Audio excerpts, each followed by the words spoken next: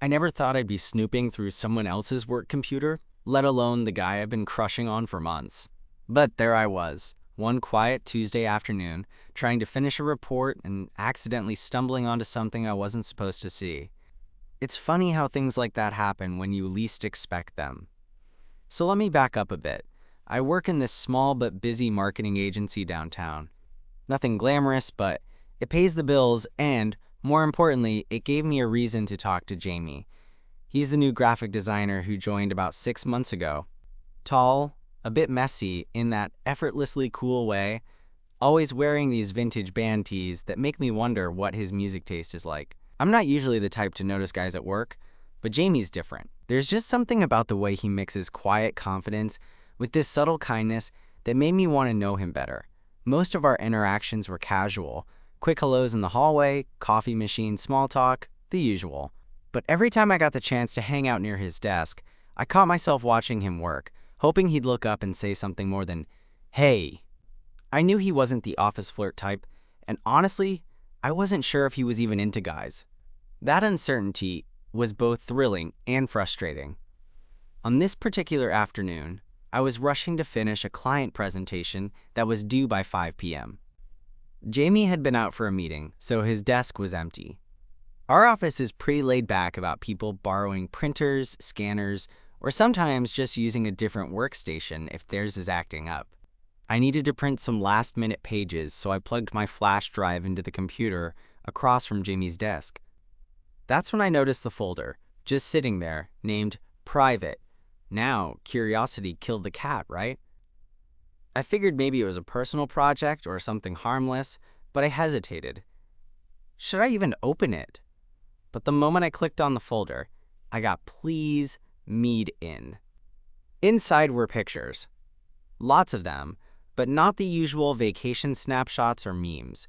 These were raw, unfiltered photos, some artistic, some intimate, and all clearly personal. I recognized Jamie in every one of them, but they showed sides of him I'd never seen at work.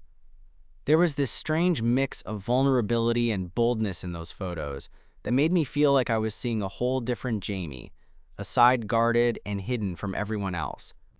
I wasn't sure whether to feel guilty or honored for stumbling upon this secret part of him, but before I could make sense of it, I heard footsteps behind me. I froze. The screen still open. Jamie was back earlier than I thought, and suddenly, I had no idea how this was going to end. Jamie's footsteps were getting closer, and my heart was pounding so loud I was sure he could hear it. I didn't want to turn around just yet, partly because I was embarrassed, partly because I wasn't ready to explain why I was looking through his private stuff. I mean, who wants to admit to snooping on their crush's computer? Hey, Jamie said, his voice casual but with this edge of surprise that made me cringe inside. I finally turned to face him, trying to act like I wasn't freaking out. "Hey, man, I was just, printing some files and saw this folder. I didn't mean to invade your privacy, I swear." He raised an eyebrow, folding his arms and leaning against the desk, watching me like he was trying to figure out if I was lying. Then, surprisingly, he laughed. A soft, kind laugh that made the tension break a little. "You caught me," he said. "That folder's kind of a mess. I didn't really mean for anyone to see it." I blinked. Is it art or something personal?" He shrugged, pushing himself off the desk and moving closer. "A little of both, I guess. I like photography. It's kind of my way of expressing stuff I don't really talk about much." I nodded, suddenly feeling like I wanted to know everything about this guy. "That's actually pretty cool. You're really talented." He smiled, and it was the kind of smile that made all the nervousness in my chest dissolve, even if just a little. "Thanks. I've been wanting to show someone, but it's hard to just put that out there, you know?" I did know. I told him, "If you ever want to show me more, I'm all ears." There was a beat of silence, the kind that felt full of possibilities. Then Jamie said, "Maybe after work, you want to grab a drink? I could use a break from Photoshop and private folder, paranoia." I grinned. "Yeah, I'd like that." The rest of the afternoon went by in a blur. I kept stealing glances at Jamie, who seemed a little lighter, more relaxed than usual. We wrapped up work and headed out together, walking down the street to a small bar I'd never been to before. It was cozy, the kind of place where the lighting made everything feel more intimate.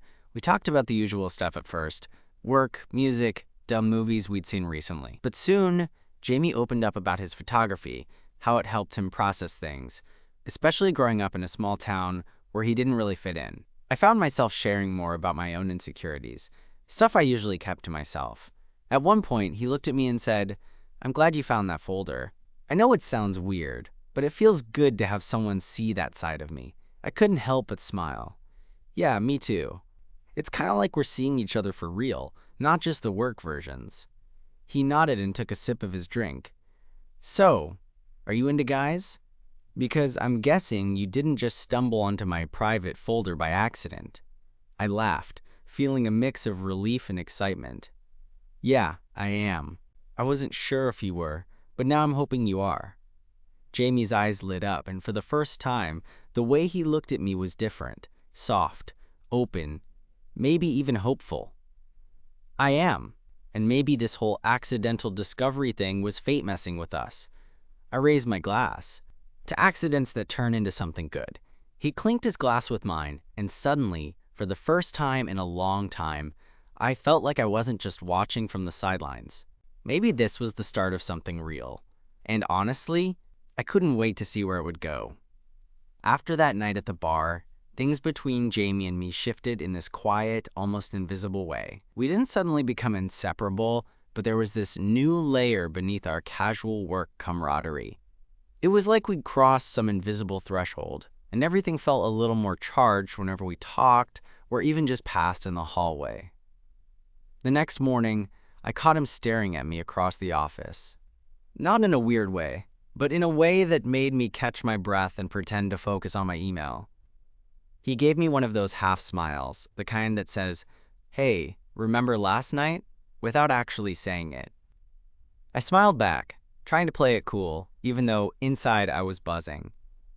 Work kept me busy, of course, but I found myself looking forward to those little moments when Jamie and I could sneak in a quick chat or share a joke. One afternoon, we ended up working late together on a project. The office was mostly empty, the fluorescent lights humming softly above us. Jamie was sketching out some designs on his tablet, and I was typing up copy, but every so often, I caught him glancing at me. Finally, he broke the silence. "You know, I've been thinking." His voice was low, almost hesitant. "About that private folder? You didn't have to be cool about it, you know." I looked up, curious. "What do you mean?" "I mean, you could have freaked out, or thought I was some weirdo, but you didn't. You just accepted it. That means a lot." I shrugged, a little awkward. "Honestly, I was more curious than anything. And then I realized that stuff was kind of amazing." "You're really talented, Jamie." He looked down at his tablet for a second, then back at me. "Thanks. You're the first person I've shown that side of me to." That hit me harder than I expected.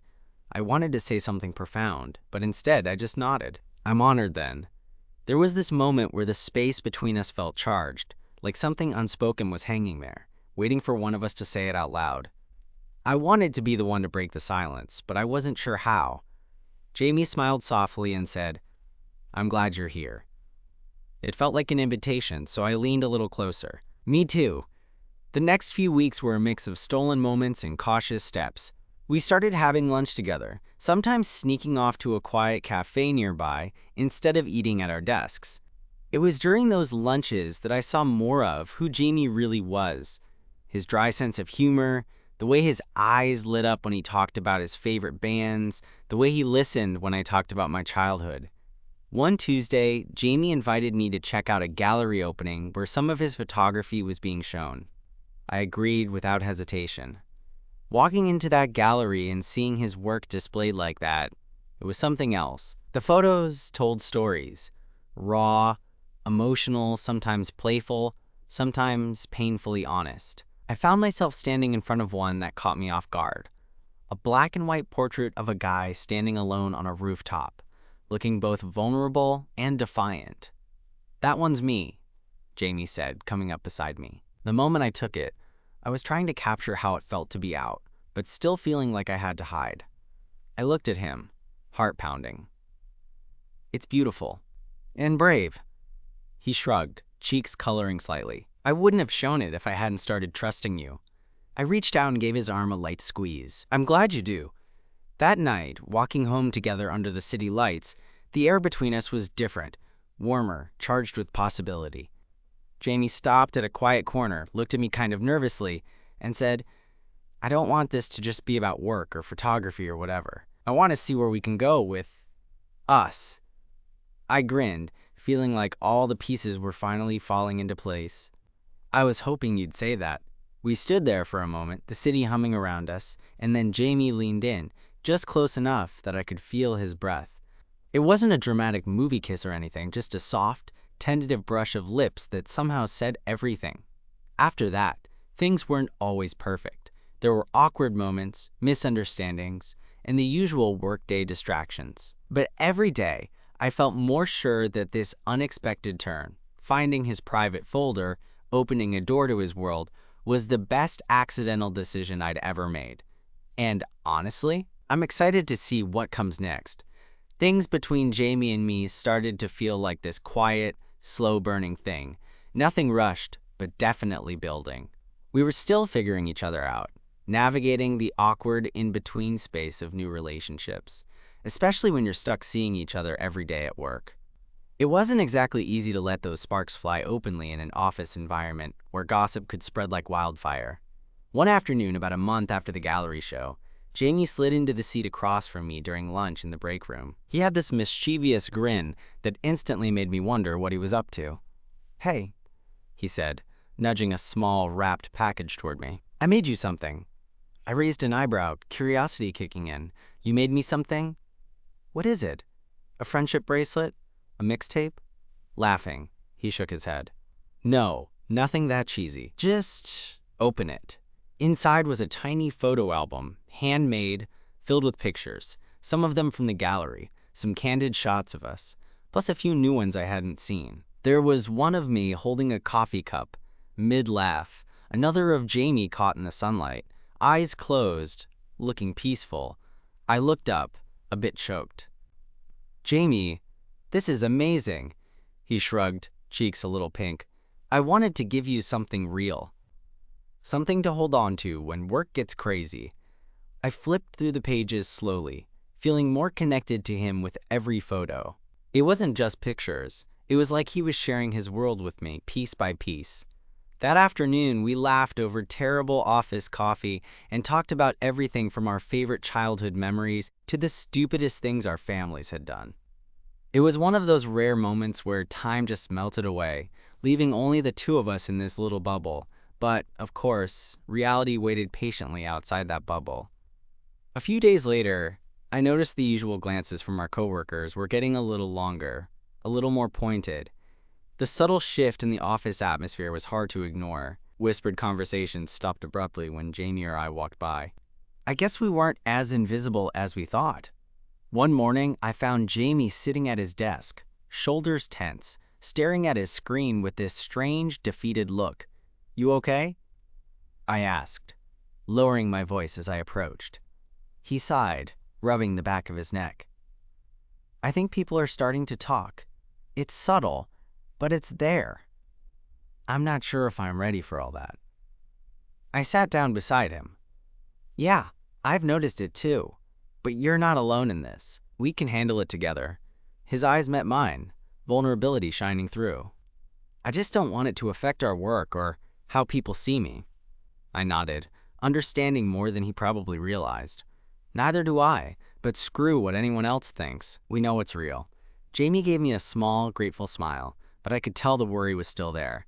That evening, I decided to push myself out of my comfort zone. I sent Jamie a message, asking if he wanted to hang out somewhere away from the office for a change of scenery. He agreed, and we met up at this quiet little cafe on the edge of the city. We talked about the office, the whispers, and the pressure to keep things under wraps. Jamie admitted how lonely it had been to hide so much of himself for so long. "I'm tired of pretending," he said quietly. "I want people to know me, all of me." I reached across the table, taking his hand in mine. Then let's do it together, one step at a time. He squeezed my hand, and in that moment, I felt this fierce protectiveness, like I'd found someone worth fighting for. A few days later, at work, we decided to be a little more open. Nothing dramatic, just small gestures, sitting closer in meetings, sharing coffee breaks, subtle touches that felt like silent declarations. It was scary, but also thrilling. One afternoon, I caught Jamie looking at me with this mix of hope and uncertainty. "Do you think people will ever stop staring?" I laughed softly. "Maybe, or maybe they'll get used to us. Either way, I'm not going anywhere." He smiled, eyes shining. "Good, because neither am I." It wasn't a fairy tale kind of love you see in movies. There were bumps, moments of doubt, and the ever-present reality of navigating a workplace that wasn't always kind. But with Jamie, it felt real. It felt worth it. And honestly, I was ready to keep taking those steps, no matter where they led. A couple of weeks after we started being more open, things were definitely shifting at work, not just between Jamie and me, but in the way people responded. Some coworkers seemed surprised, but mostly kept their distance, while a few gave us these tight-lipped smiles that felt more like polite tolerance than anything else. I won't lie, it stung a little. But Jamie and I had each other, and honestly, that was enough to keep me grounded. One Thursday afternoon, as the office started to empty out, Jamie and I found ourselves lingering by the window, watching the rain come down in sheets. The sound of the city getting washed clean outside felt kind of peaceful, like a reset button in the middle of the week. "I hate how this all feels like a secret sometimes," Jamie said quietly, his breath fogging up the glass, like there's this invisible line we're not supposed to cross.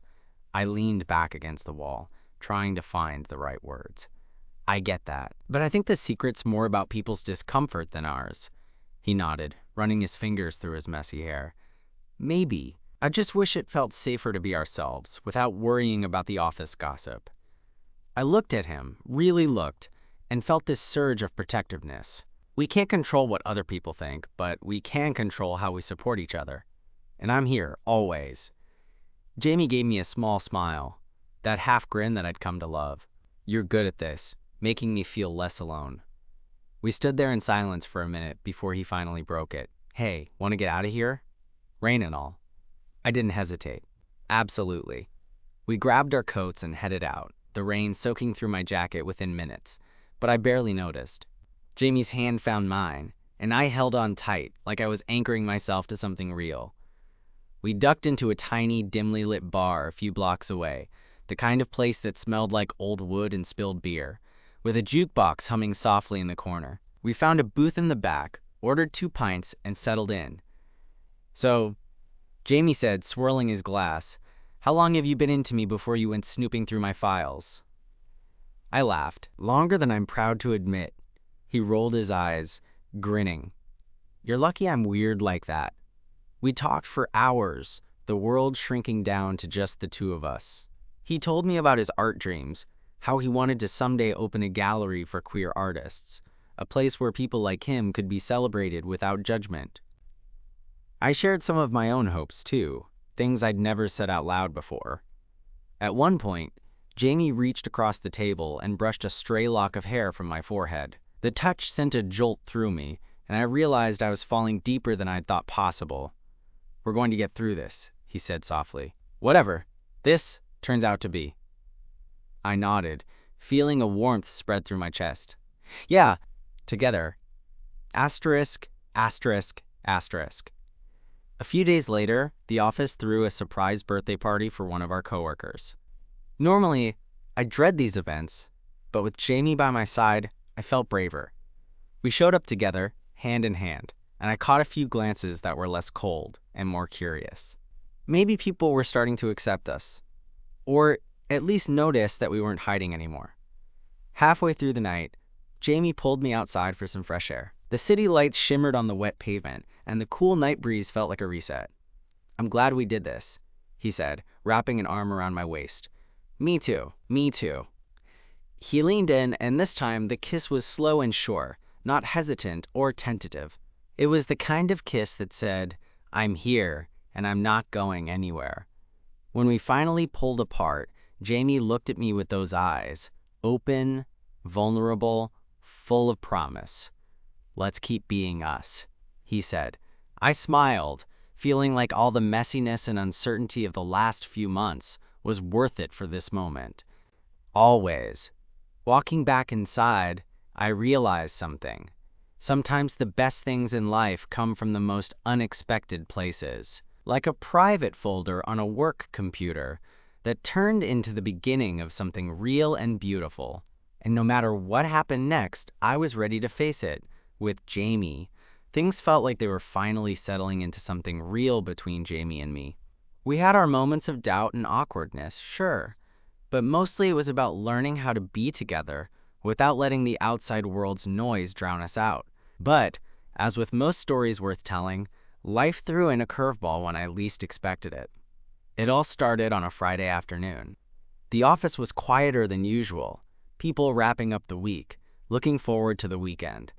Jamie had been unusually distracted, tapping at his keyboard but not really focused. I noticed when he glanced over at me a few times, his eyes flickering with something I couldn't quite place. "Hey, you okay?" I asked, trying to sound casual, though my gut was tightening. He hesitated before answering. "Yeah, just some stuff on my mind." That was Jamie's way of saying he wasn't okay but didn't want to talk about it. I nudged him gently. "You know you can talk to me, right? Whatever it is." He sighed, running a hand through his hair. "It's just, I got a message today. From someone I didn't expect." I raised an eyebrow. "What kind of message?" Jamie looked down at his hands, then back up at me, eyes serious. "Someone from back home. Someone I left behind. They saw my photos online and reached out." My heart skipped. I'd always known Jamie had a complicated past. Small town, not exactly the most welcoming place for someone like him. But hearing it out loud made it real in a way I hadn't fully grasped. "What do they want?" Jamie shrugged, but there was tension in his shoulders. "I'm not sure. Part of me wants to ignore it, but part of me feels like I owe it to myself to hear them out." I reached over and squeezed his hand. "Whatever you decide, I've got your back." That weekend, we didn't see each other much. Jamie was quiet, distant, and I didn't want to push him. But by Monday morning, he came into the office with this new edge. Like he was carrying a weight but determined not to let it show. Later that day, during a lull, Jamie pulled me aside. "I'm meeting them tonight, just to talk. Do you want me to come?" He smiled, a little forced. "No, I think I need to do this on my own." I nodded, swallowing the worry knotting in my stomach. "Okay, just be careful, all right?" He gave me a quick hug and walked away. I watched him go, feeling this mix of pride and fear. I trusted Jamie, but I also knew how complicated these small-town ghosts could be. The evening dragged on. I kept checking my phone, waiting for any word from him. Finally, a message popped up. "Meeting went okay. We talked." That was all for a while. The next day, Jamie seemed different, tired but somehow lighter. Over lunch, he told me the story. Turns out, the person who messaged him was an old friend from high school. Someone who had been there when things were rough, who'd seen Jamie struggle to be himself but never judged him. They hadn't spoken in years, but seeing Jamie's art online had sparked something, a desire to reconnect. It was weird at first, Jamie admitted, stirring his coffee. But it felt good to be reminded of where I came from, and that someone saw me, even back then. I smiled, feeling this swell of affection for him. "Sounds like it was a good step." He nodded, then looked at me with those eyes that always made my heart skip. "Thanks for being here. For sticking around." I shrugged, pretending to be casual, but inside I was overwhelmed. "I'm not going anywhere." That afternoon, as we wrapped up work, Jamie asked if I wanted to stop by his place. I agreed, eager to spend time with him outside the office walls. His apartment was a reflection of him. Cozy, a little messy, filled with prints of his photography and stacks of books. He made coffee while I looked around, feeling more connected to this side of him than ever. We settled on the couch, talking about everything and nothing. At one point, Jamie reached over and took my hand. "You know," he said softly, "after all the chaos, I think I'm ready to stop hiding, to be open about us." My heart leapt. Me too. We talked about the future, about how we wanted to navigate work, friends, family. It was scary, but also exhilarating. Later, as I walked home that night, I realized something. Love isn't about having all the answers. It's about showing up, even when the path ahead is uncertain. And with Jamie, I was ready to show up every single time. A few weeks after that night at Jamie's, the office rhythm was starting to feel a little more natural again. The whispers hadn't disappeared entirely, but they'd lost their sharp edge, softened by the fact that Jamie and I were no longer hiding. We weren't throwing our relationship in anyone's face, but we didn't shrink away from it either. It felt like we'd found a way to be ourselves, quietly, confidently, together. One late afternoon, as the sun was dipping low and painting the office with that golden light that makes everything look softer, Jamie and I found ourselves alone in the conference room. We'd both stayed late, heads bent over a project, but the silence stretched comfortably between us, filled with something unspoken but understood. He looked up and caught my eye, a small smile tugging at the corner of his mouth. "You know," he said, voice low, "I never thought I'd be the guy who found love at work." I chuckled. "Neither did I, but I'm glad it happened with you." There was a quiet pause before he reached across the table and took my hand. His fingers were warm and steady, grounding me even as my heart fluttered like crazy. "We've come a long way, haven't we?" he said. I nodded. "Yeah. From a private folder to this." Jamie laughed softly, eyes shining with something like relief and happiness. "I'm grateful you found that folder, for more reasons than one." I squeezed his hand gently. "Me too." In that moment, everything felt right. Not because life had suddenly become perfect, but because we'd chosen to face it together, with honesty, patience, and care. I realized that love wasn't about grand gestures or dramatic declarations. It was in the small moments, shared looks, quiet conversations, the courage to be vulnerable. As we packed up to leave, Jamie pulled me close for a brief kiss, a gentle promise, a quiet celebration of how far we'd come. Walking out into the evening air hand in hand, I felt a warmth settle in my chest that had nothing to do with the fading sun. We didn't have all the answers, and maybe we never would, but we had each other. And for now, that was more than enough.